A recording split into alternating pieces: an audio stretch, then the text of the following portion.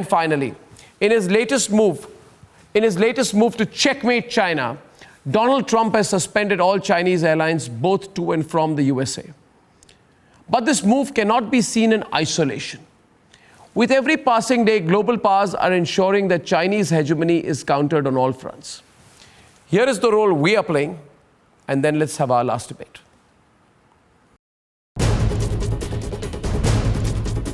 The President of the United States of America is walking the talk when it comes to China after imposing tough sanctions.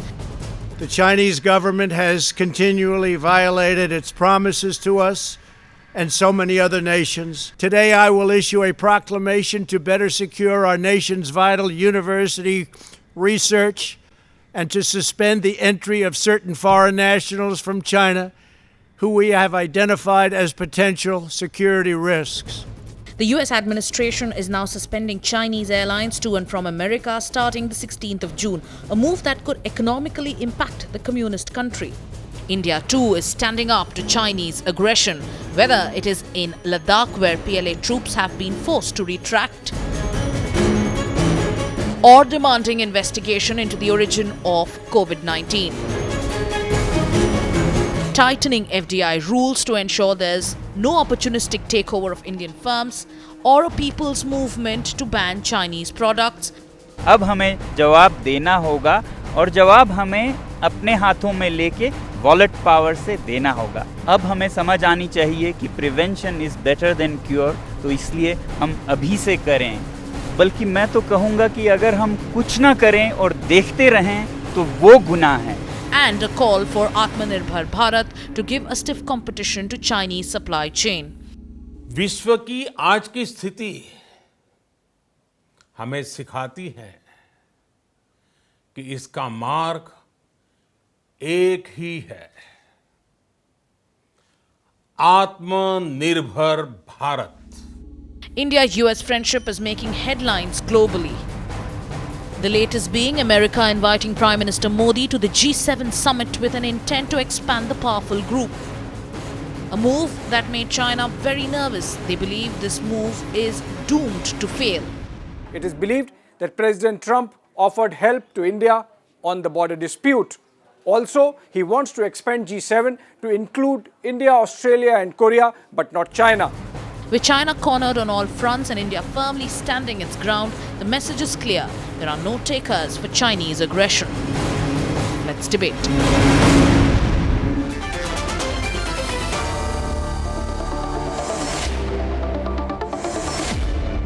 We have the US view with Donald Camp. He's a former senior director at the National Security Council in the US, and he's joining us from Washington. The Chinese view with Andrew K.P. Leung, who's joining us from Hong Kong, and the Indian view with the editor-in-chief of newsmobile.in, Saurabh Shukla.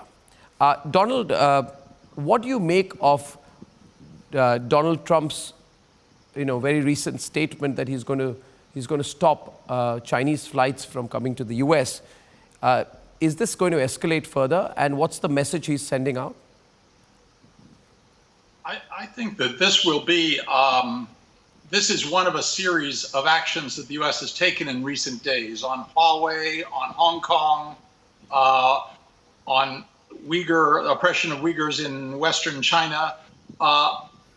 One basic problem is that the U.S. and China right now are not talking much to each other. We're communicating by official statements. In this case, a statement by the Trump administration that we're banning flights as of the 16th of June. I don't think this is a very productive way to cooperate, but it is what we're doing right now.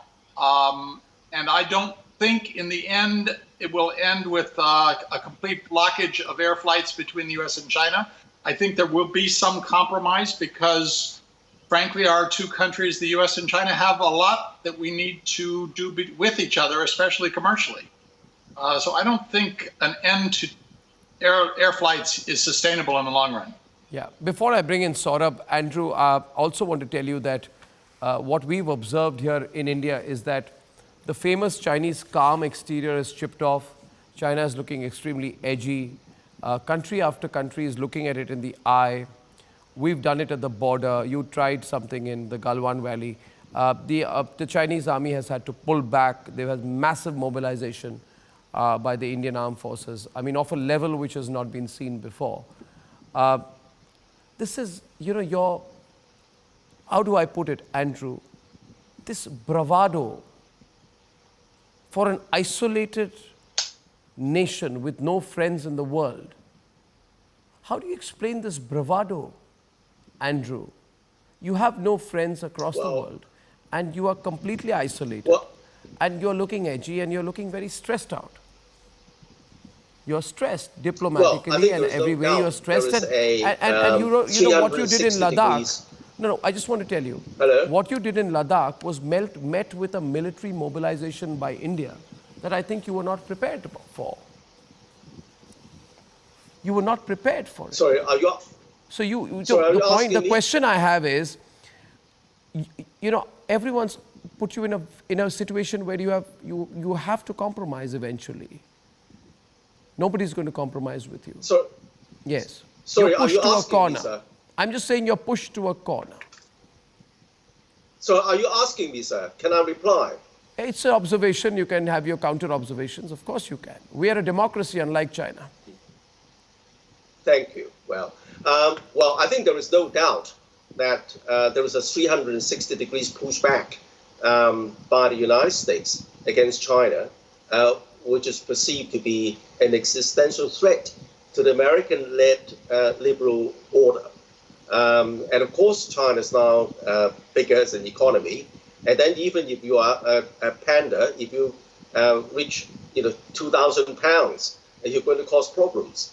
But I think that as far as this banning of flights is concerned, I think that this is incidental in the sense that even though China is now coming out of the coronavirus crisis, still they're worried about imported cases. So not only there is a restriction against flights from the United States, there are restrictions against flights from all other countries without unless that there is a complied with a very rigid quarantine requirement.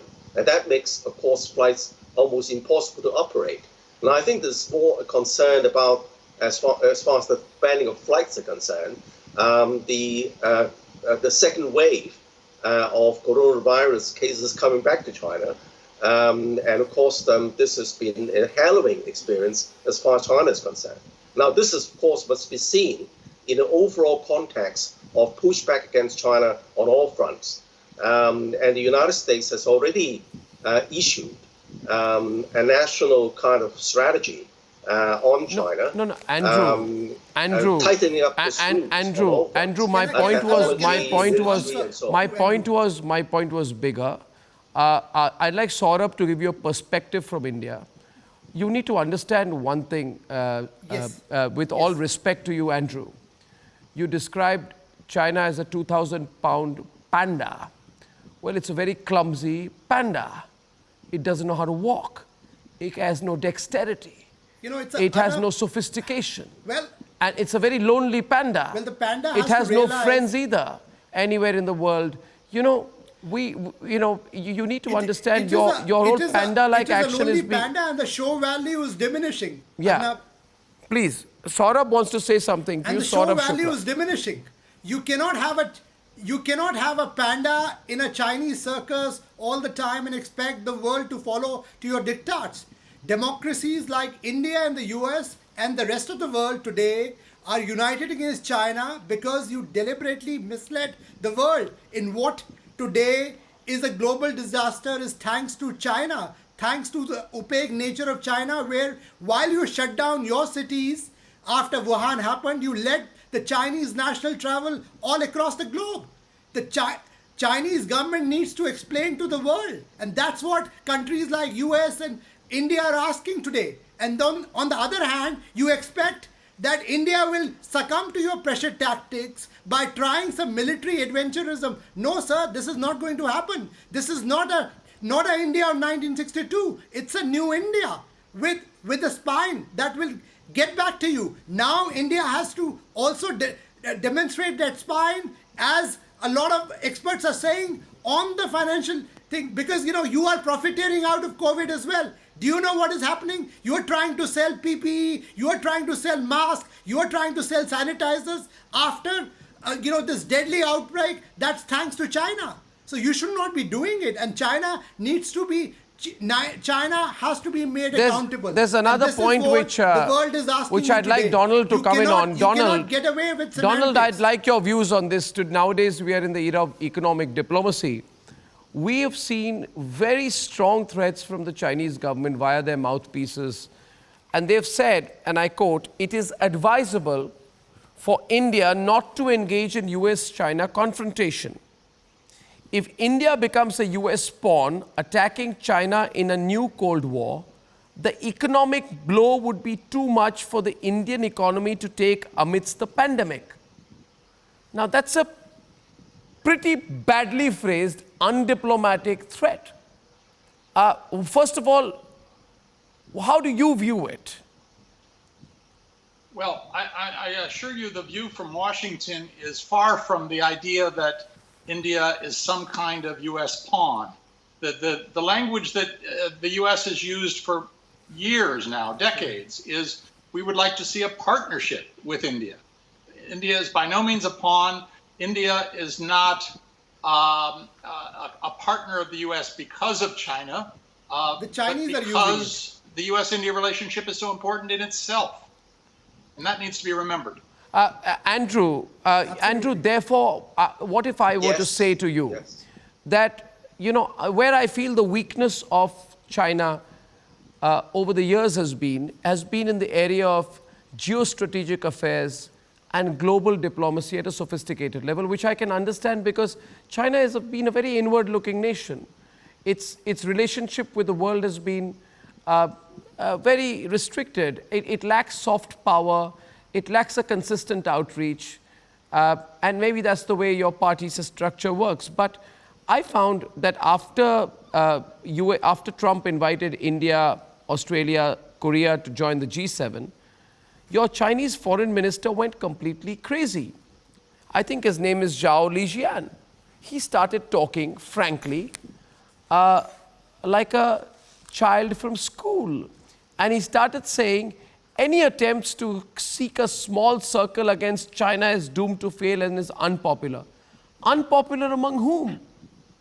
We don't give a damn whether you like it or whether India being part of the G7 meets your approval or not.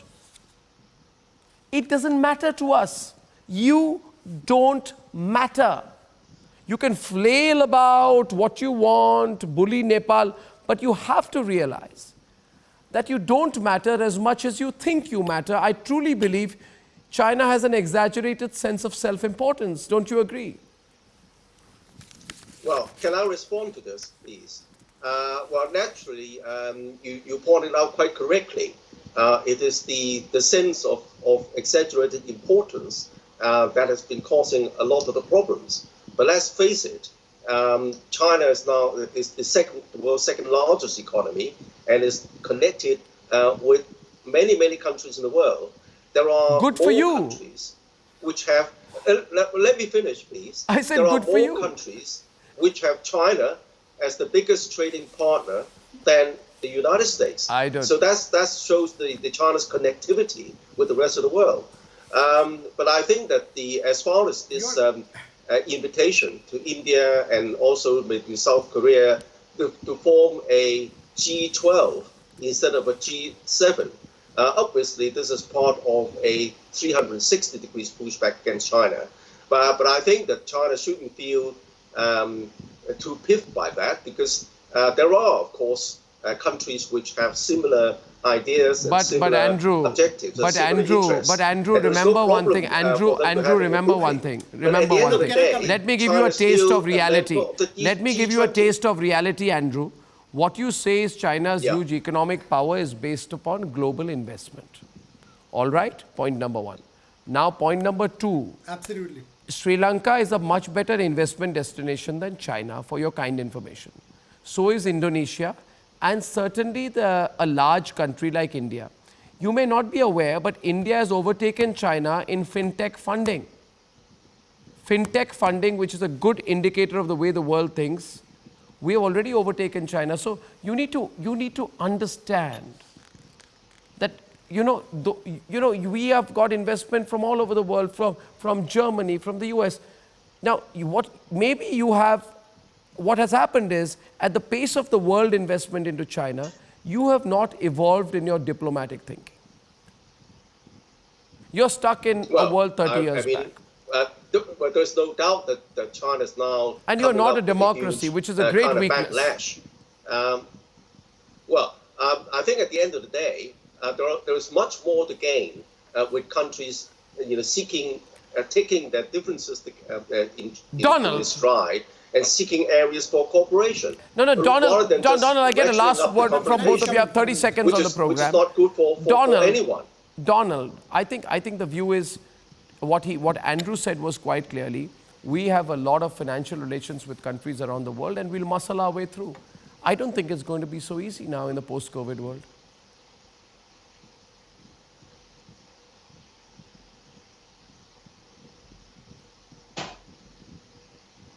Hello, I've lost the audio. I said I don't think it's going to be so easy for China to muscle its way through in a post-COVID world. I think COVID has changed the image of China in the world, and not for the good. I think that China's economy continues to be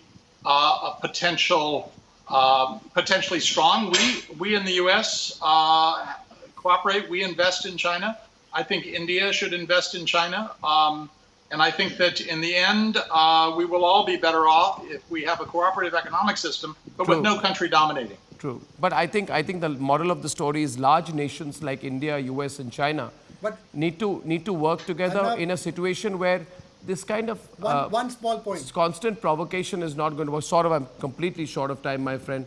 I will come back on this. India, China, US conversations are getting more and more interesting. Donald, Andrew, and Saurabh, thank you so much for joining me. Yes. And ladies and gentlemen, with a promise to see you once again at 9 o'clock tomorrow. Stay home, stay safe. See you tomorrow. Good night and goodbye.